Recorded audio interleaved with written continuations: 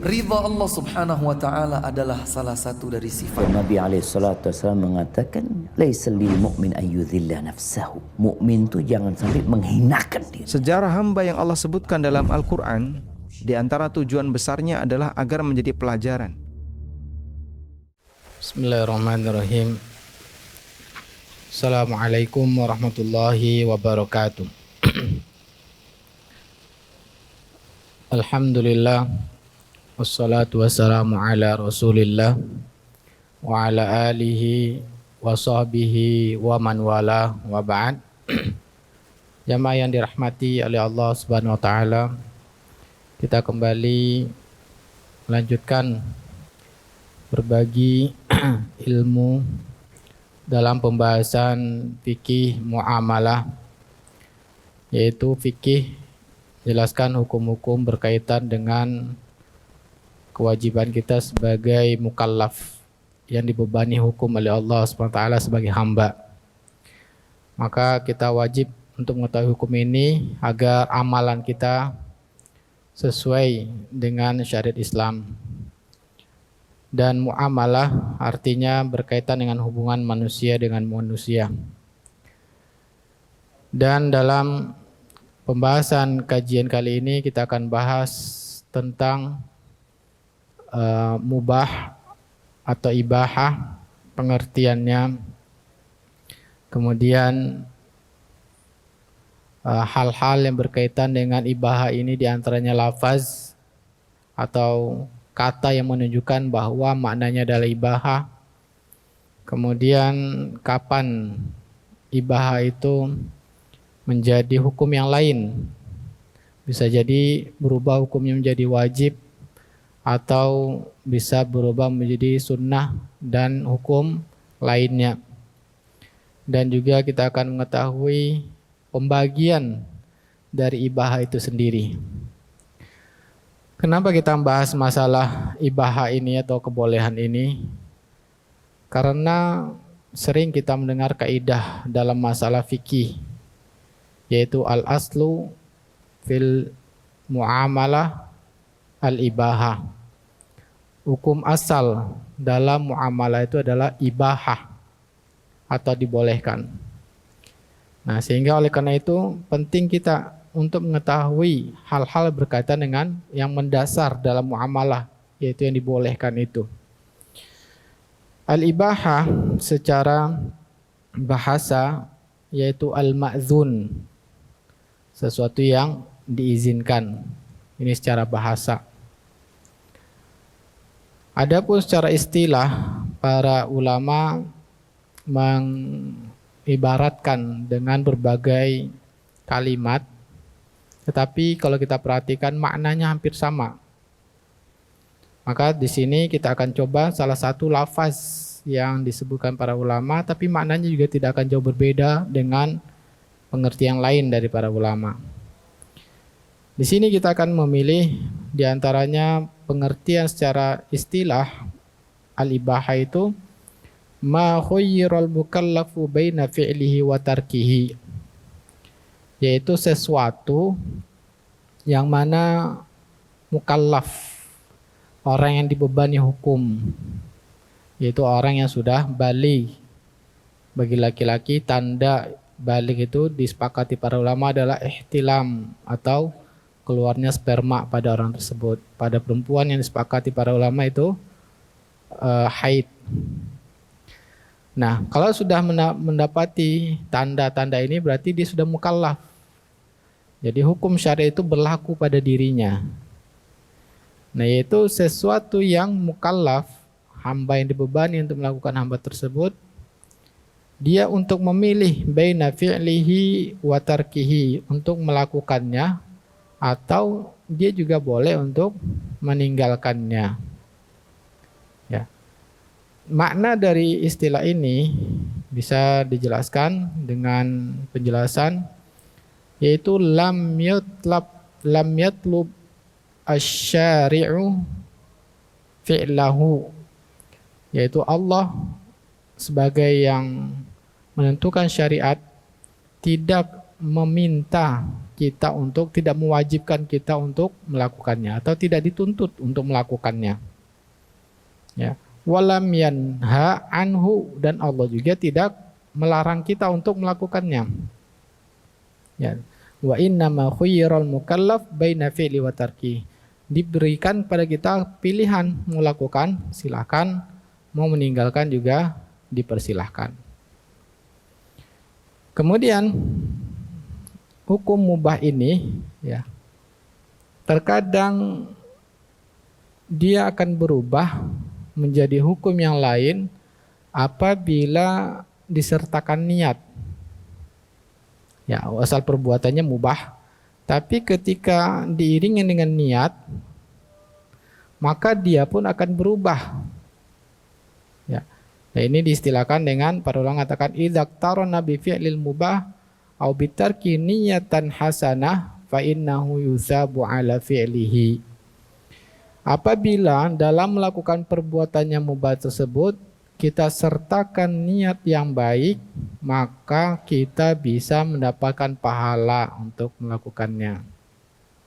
Jadi mubah itu tidak ada mendapatkan apa-apa, tapi mubah bisa mendapatkan pahala ketika ada niat yang baik. Dalam ini urusannya dalam yang muamalah.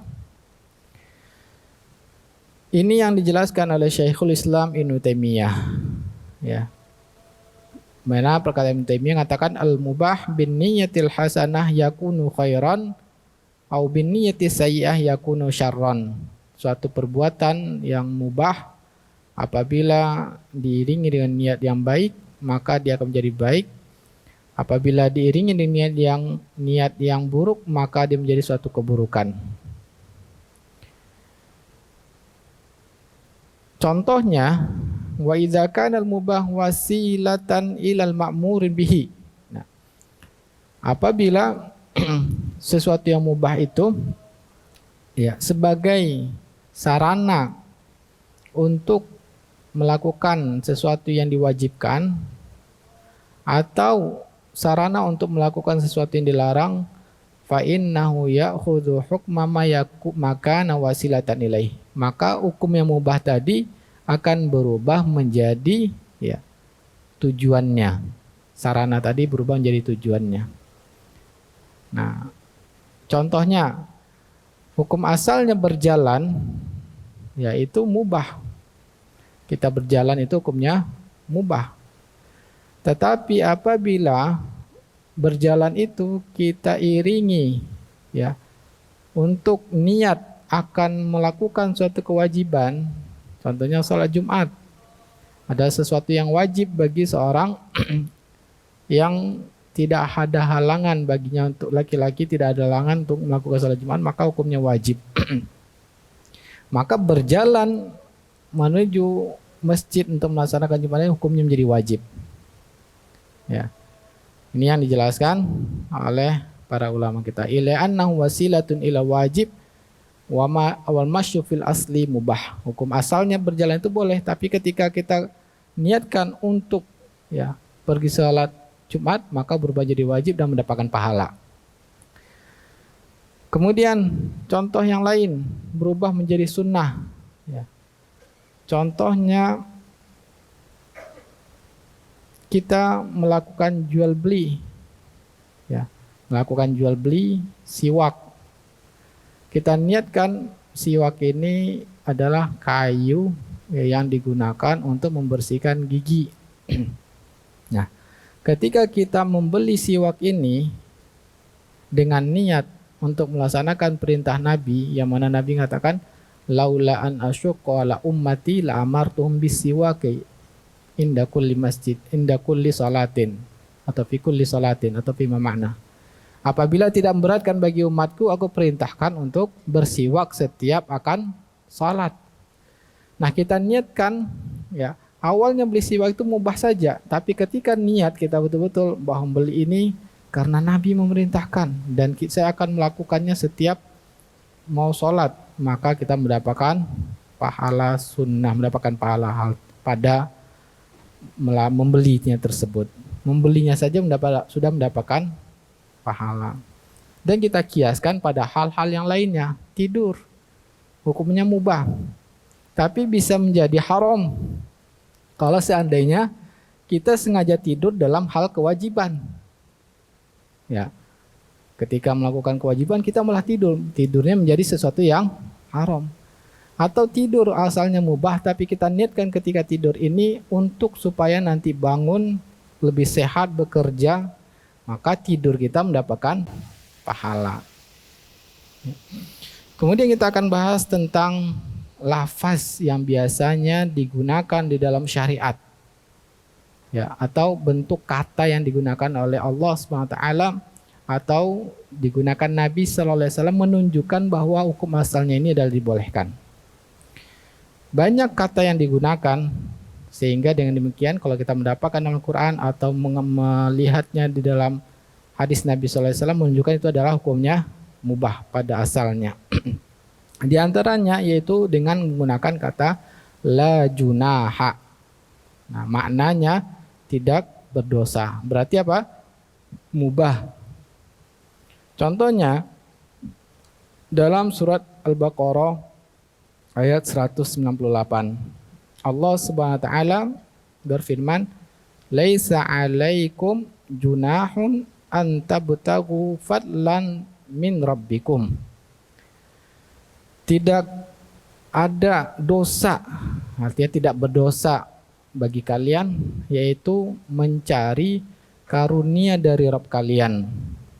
Nah, mencari karunia dari Rabb kalian, mencari rezeki. Ya. Ayat ini menjelaskan ketika kita lihat ya sebab turunnya dan juga penjelasan tafsirnya bahwa para mukmin dan sebelumnya mereka membenci ketika atau tidak suka atau menganggap sesuatu dosa ketika sedang haji berjualan mencari rezeki. Ya, ketika haji di hari-hari haji sedang melakukan haji tapi berjualan mencari rezeki Allah Ta'ala ya, sambil berdagang di hari-hari haji itu. Nah, mereka menyangka itu adalah perbuatan yang dosa.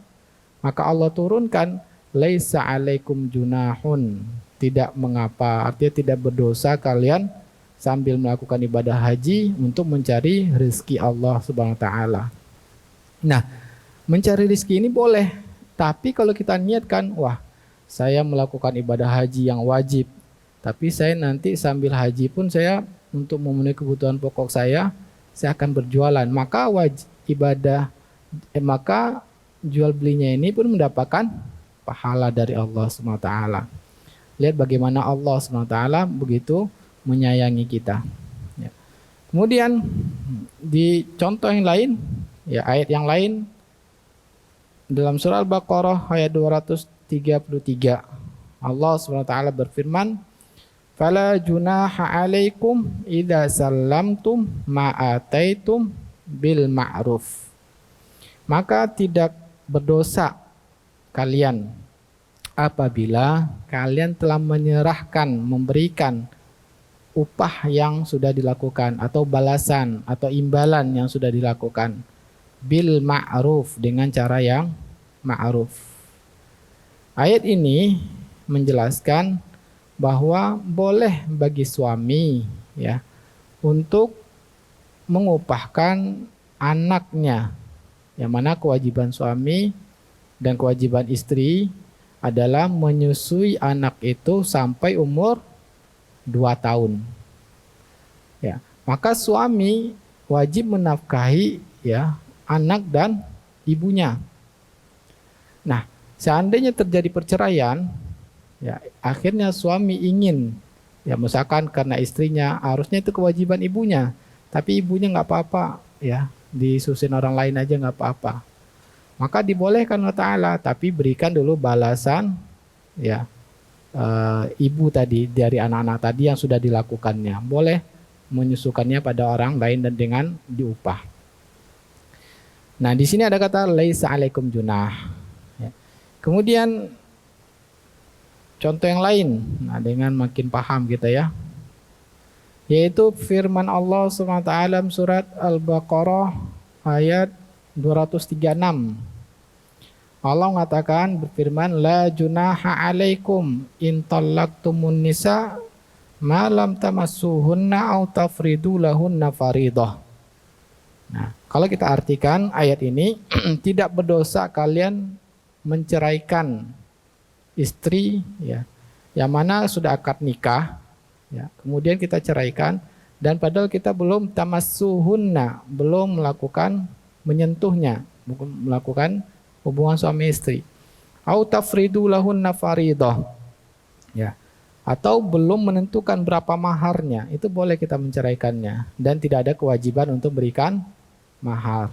Tapi Allah mengatakan wa matti'uhunna 'alal musi, dianjurkan kita memberikan hadiah. Ya. Dianjurkan berikan hadiah sesuai dengan kemampuan. Tidak ada kewajiban bayar mahar dan kita tidak berdosa, tapi kita dianjurkan Allah Ta'ala supaya apa? Menghilangkan rasa benci. Setelah akad nikah belum disentuh, ya, tapi kita ada alasan untuk menceraikannya, maka dianjurkan Allah Ta'ala supaya tidak terjadi rasa benci, maka memberikan hadiah. Ya, adapun itu tidak sesuatu perbuatan yang wajib memberikannya. Kemudian lafaz yang lain, ya, yaitu menggunakan kata la haraj. Kalau tadi la junah, berikutnya itu la haraj. Sebagaimana firman Allah Ta'ala dalam surah An-Nur ayat 61, Allah Ta'ala berfirman, laisa 'alal a'ma harajun wala 'alal a'raji harajun wala 'alal maridi harajun wala 'alal anfusikum an ta'kulu min buyutikum. Ya. Allah mengatakan tidak mengapa, artinya tidak berdosa bagi orang yang buta dan bagi orang yang pincang dan orang yang sakit, ya, dan diri kalian untuk makan di rumah kalian. Dahulu ayat ini turun, dahulu ya mereka kebiasaan masyarakat ketika itu mereka merasa berdosa seandainya makan sendirian. Ya. Maka Allah turunkan tidak mengapa kalian makan sendirian, yaitu orang yang sakit makan sendirian, orang yang pincang makan sendirian, atau kalian di rumah kalian sendiri, kalian makan sendirian, tidak mengapa. Ini bukan suatu perbuatan dosa. Nah, mungkin istilah kita mansur ya, makan surang-surang. Surang itu bahasa Minang. Nah, itu tidak mengapa. Tapi Allah menyebutkan ayatnya sampai ke bawah banyak gitu ya. Maka itu dibolehkan Allah Ta'ala ternyata. Kemudian yang menunjukkan bahwa itu sesuatu yang mubah juga, yaitu iqrarun Nabi sallallahu alaihi wasallam ahadi ashabihi ala fi'lin, yaitu ketetapan Nabi sallallahu alaihi wasallam kepada salah seorang sahabatnya atas suatu perbuatan. Kalau perbuatan tersebut balaghon Nabi ya sallallahu alaihi wasallam, telah sampai pada Nabi sallallahu alaihi wasallam. Jadi Nabi diam saja. Ya, atau mengikrarkan ya boleh. Nah, itu menunjukkan boleh. Au ra'ahu, atau Nabi melihatnya, walam yunkir, dan Nabi tidak mengingkarinya. Nabi melihat dan Nabi diam saja, tidak mengingkarinya. Walam yakun fi amaratul wujub, dan juga tidak ada perintah wajib. Ya, lakukan wajib. Nah, tidak ada. Jin juga tidak ada yang memerintahkan bahwa itu sesuatu yang disunnahkan. Contohnya seperti apa? Ya. Contohnya iqraruhu sallallahu alaihi wasallam Hasan bin Thabit radhiyallahu anhu ala insyadi syair fil masjid. Nabi menetapkan atau Nabi biarkan saja, yaitu yang dilakukan oleh Hasan bin Thabit. Allah meridhoinya, yang mana melantunkan syair, membaca syair. Syair itu ya bait-bait, mengolah kata-kata yang indah, enak didengar. Nah, syair ini ya orang Arab terkenal menyusun syair. Allah turunkan mukjizat kepada Nabi itu Al-Quran. Susunnya lebih baik dan maknanya lebih lengkap, sehingga orang-orang bangsa Quraisy mereka takjub. Ini bukan perkataan manusia. Al-Quran ini adalah bukan perkataan manusia. Saking maknanya begitu enak didengarkan, ya susunan katanya begitu bagusnya. Kalau kita tidak tahu bahasa Arab, mungkin biasa aja, baca Quran biasa aja ya. Tapi orang Arab yang mereka terkenal dengan keahlian menyusun kata-kata dalam bahasa Arab itu, mendengar Al-Quran mereka langsung masuk Islam. Ya, mereka takjub, ini bukan perkataan manusia, menunjukkan apa? Begitu dahsyatnya bahasa Quran. Nah, inilah nikmatnya ketika Bapak-bapak belajar bahasa Arab akan merasakan begitu makna Al-Quran ini sangat meresap ke dalam hati kita. Ya. Jadi saya menjelaskan di sini syair. Ya. Maka Nabi diam, biarkan baca syair di masjid. Kemudian contoh yang lain, iqraru sallallahu alaihi wasallam as-sudan ala al-laibi bil harabi, ya, fil masjid. Nabi sallallahu alaihi wasallam membiarkan, ya, melihat, yaitu Sudan, yang mana bermain bil harabi, dengan lembing, ya, bermain lembing fil masjid, di dalam masjid. Nah, Nabi melihat dan Nabi membiarkan. Kemudian iqraru sallallahu alaihi wasallam azlal azwaji an azwajihim. Nah, ini juga Nabi juga di masa Nabi, ya, terdengar oleh Nabi, sampai pada Nabi berita, yaitu apa? Azlal azwaji an azwajihim. Nah, yaitu apa? Azal, ada yang tahu? Azal. Nah, ini azal. Ngeluarin di luar, Masya Allah, ya. Ngeluarin di luar. Para suami ngeluarin di luar. Nah, Nabi sampai kepada beliau berita dan beliau tidak mengingkari. Sehingga para ulama katakan ini hukumnya apa? Dibolehkan. Nah, ya, mengeluarkan di luar ini dibolehkan. Nah, kemudian setelah kita mengetahui lafaz-lafaz yang digunakan oleh syariat, maka dengan demikian para ulama membagi ibaha ini menjadi dua bagian. Ya. Yang pertama, ibahatun syar'iyyah, yang mana mubah itu ada syariat yang menjelaskannya. Ya, yaitu pengertiannya ma'ubihat bin nasin syar'i, yang mana dibolehkannya itu karena ada nas, ada teks dari syariat baik Al-Quran maupun hadis Nabi sallallahu alaihi wasallam. Contohnya tadi, ya, yang sudah kita sebutkan lafaz-lafaznya. Lafaz yang lain Allah mengatakan kata ahalla. Allah mengatakan wa ahallallahu al-bai'a. Allah menghalalkan jual beli. Berarti jual beli itu dibolehkan oleh syariat dengan nas. Ya. Atau contoh yang lain, uhilla lakum lailatas siyami rafathu ila nisaikum. Dihalalkan, ya, kalian di malam bulan Ramadan untuk melakukan hubungan suami istri. Nah, berarti ini bolehnya itu ada nas dari syariat, yaitu Allah dan Rasulnya. Yang kedua, yaitu ibaha akliyah. Nah, ini penting juga kita pahami. Ya, ini merupakan kaidah yang penting dalam masalah bolehnya itu. Yaitu boleh yang mana kita memahami secara akal. Ya, boleh tapi dengan pemahaman akal, tidak dari syariat Islam. Pengertiannya apa? Malam ya'ti fiha dalilun, yaitu sesuatu yang tidak ada dalil yang menjelaskannya. Jelaskan tentang apa? Alat tahrim, menjelaskan kalau itu perbuatan yang haram. Awil ibahah, atau menjelaskan kalau itu dibolehkan. Nah, ini dia yang paling penting, ya. Jadi selama kita tidak mendapatkan dalam syariah itu haram dan juga tidak menjelaskan itu mubah, berarti yang tidak dijelaskan oleh syariat, maka itu namanya mubah. Ya, itulah namakan dengan ibahah akliyah. Dan para ulama kita mengistilahkan ini dengan istishabul adamul asli hatta yarida dalilun naqil anhu. Ya. Kita itu tidak ada kewajiban sampai adanya dalil yang untuk memerintahkan kita. Selagi tidak ada perintah, maka itu hukumnya mubah. Itulah pentingnya kita untuk mengetahuinya. Contohnya seperti apa? Ya, aklul fawakih, makan buah-buahan. Tidak ada dalil syariat, ya, yang mengharamkan, ya, atau memerintahkan. Berarti hukumnya boleh. Atau makan sayur, tidak ada yang mengharamkan dalam syariat, dan juga tidak ada mengatakan menjelaskan boleh. Makan apel, makan pisang, itu tidak dijelaskan, maka itu hukumnya adalah mubah. Ya, kemudian contoh lain,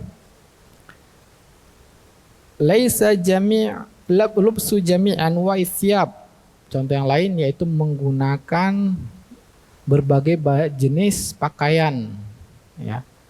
Itu hukum asalnya boleh, kecuali pakaian-pakaian yang memang ada dalil tentang mengharamkannya. Contohnya seperti apa yang ada dalil mengharamkannya?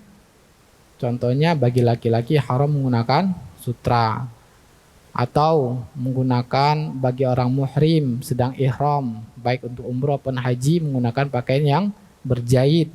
Nah, bagi laki-lakinya. Nah, kemudian juga contohnya dilarang Nabi barang siapa menggunakan pakaian syuhrah, maka Allah akan memakaikannya pakaian dihinakan Allah Ta'ala, pakaian kehinaan di akhirat nanti. Nah, pakaian syuhrah ini juga diharamkan, adalah lafaz Nabi. Apa maksud pakaian syuhrah itu? Pakaian terkenal. Maka para ulama mengatakan makna syuhrah ini, ya, maknanya bisa hikmah pelarangannya itu supaya dia menggunakan yang tidak kebiasaan orang-orang, tujuannya untuk berbangga, dan juga orang-orang akan menjadi ribahi dirinya. Nah, ini masuk syuhrah. Ya, artinya bukan pakaian kebiasaan orang, dia sengaja pakaian aneh-aneh supaya orang membicarakan dia. Wah, pakaian si anu. Berarti ini menyertakan orang-orang untuk menggibahi dirinya. Nah, ini pakaian syuhrah yang dijelaskan para ulama. Bisa juga makna syuhrah ini sengaja memakai pakaian, contohnya menampakkan ketawaduannya, tapi menjadi terkenal. Contohnya pakaian yang seolah-olah dia menampakkan sedang zuhud, misalkan. Pakaian yang kumal, padahal dia mampu, tapi ingin menampakkan supaya dia orang yang zuhud, tidak mencintai dunia, tapi menjadi terkenal sama orang-orang, orang bicarakan dirinya. Berarti ini juga dijelaskan para ulama pakaian syuhrah. Allah akan hinakan dia di akhirat dengan pakaian kehinaan. Nah, inilah diantara bentuk pakaian yang ada larangannya dari syariat. Nah, semoga pembahasan tentang pengertian ibaha ini dan hukum-hukumnya dapat kita pahami, dan Allah mudahkan kita untuk mengamalkannya dalam kehidupan sehari-hari. Sisa waktu kita diskusi dan tanya jawab. Ya, dipersilahkan. Baik, Ustaz. Tadi kan yang terakhir sutroh, Ustaz, ya? Syuhrah itu kemasyhuran, ya, ini, supaya terkenal. Baik, tadi kan berarti Viral. kalau dijelasin Ustaz tadi itu berarti sudut pandangnya, misal ada seseorang pakai baju dia itu biasa aja, tapi ternyata ada sudut pandang orang nganggap dia berlebih-lebihan atau nganggap dia zuhud gitu ya. Ya. Nah, berarti pada saat orang itu menggunakan pakaian sutroh itu tadi, di kesempatan pertama kan dia nggak tahu. Ya. Karena kan tergantung niatan orang ya. Baik. Dengan niat orang, dia pada orangnya nggak punya niat bahwa untuk kemasyhuran tadi. Ya. Nah, itu gimana ya Ustaz? Untuk Baik. pada saat bagi dianya, perspektifnya kan berarti orang kan tadi kan.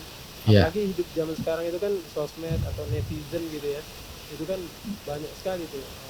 Kalau misal kita make baju aja harus ngeliatin perspektif orang, itu seperti apa Ustaz? Ya. Nah, makanya dijelaskan para ulama, jadi antara satu orang dengan orang lain itu akan berbeda menurut dia kebiasaan ya. Menurut dia biasa aja, tapi orang lain menganggap itu tidak biasa.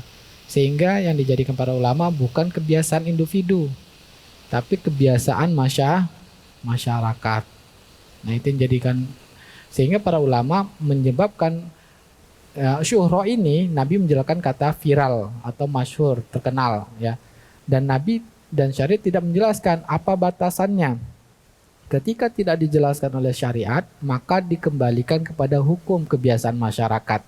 Jadi bukan hukum kebiasaan orang tertentu, tapi hukum kebiasaan masyarakat yang ada di sekitarnya. Kalau tujuannya memakai yang tidak biasa masyarakat supaya terkenal, ya baik menampakkan kekayaan atau ingin supaya kelihatan miskin, tapi orang-orang bicarakannya, berarti inilah sebabnya ya. Sebabnya apa? Orang membicarakannya. Kemudian kedua, karena dia ingin niat yang tidak baik tadi. Wallahu ta'ala, itu penjelasan ulama kita. Ya. Alhamdulillah, kita cukupkan. Kita tutup dengan doa kafaratul majlis. Subhanakallahumma bihamdika asyhadu an la ilaha illa anta astaghfiruka wa atubu ilaik. Wassalamualaikum warahmatullahi wabarakatuh.